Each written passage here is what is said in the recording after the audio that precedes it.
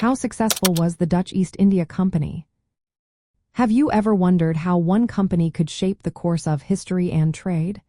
The Dutch East India Company, known as the Verenigd Oostindische Company or VOC, was established in 1602 by the Dutch Republic. It became a powerhouse in trade, especially in the Benelux region, which includes the Netherlands. The VOC was granted a 21-year monopoly on Dutch trade in Asia. This meant it had exclusive rights to trade in valuable goods like spices and textiles. This monopoly allowed the company to dominate trade routes and accumulate immense wealth. Over nearly 2 centuries, the VOC sent thousands of ships and almost 1 million Europeans to Asia, transporting over 2.5 million tons of goods. This volume of trade was far greater than that of its main competitor, the British East India Company, making the VOC the leading force in European-Asian trade during the 17th century. But the VOC was not just a trading company. It had quasi-governmental powers granted by the Dutch government. This included the ability to wage war, negotiate treaties, and even mint coins. With strong leaders like Jan Pieterszoon Cohen and Antony van Diemen, the VOC defeated rivals such as the Portuguese and British.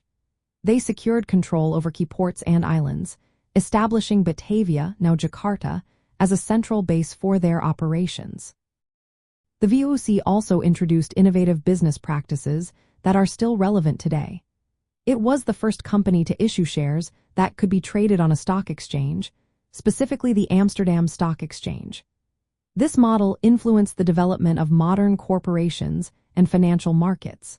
The extensive network of trading posts and colonies helped the Dutch Republic become a significant commercial empire during the 17th century.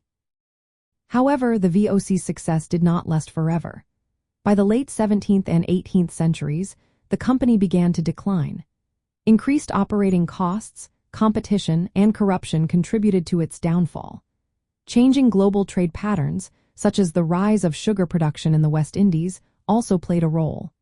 By the late 18th century, the VOC shifted from a trading enterprise to a territorial power focused on agriculture. Financial troubles led to the Dutch government revoking its charter in 1799, taking over its debts and possessions.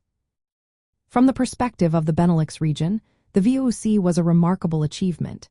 It significantly contributed to the economic prosperity and global influence of the Dutch Republic.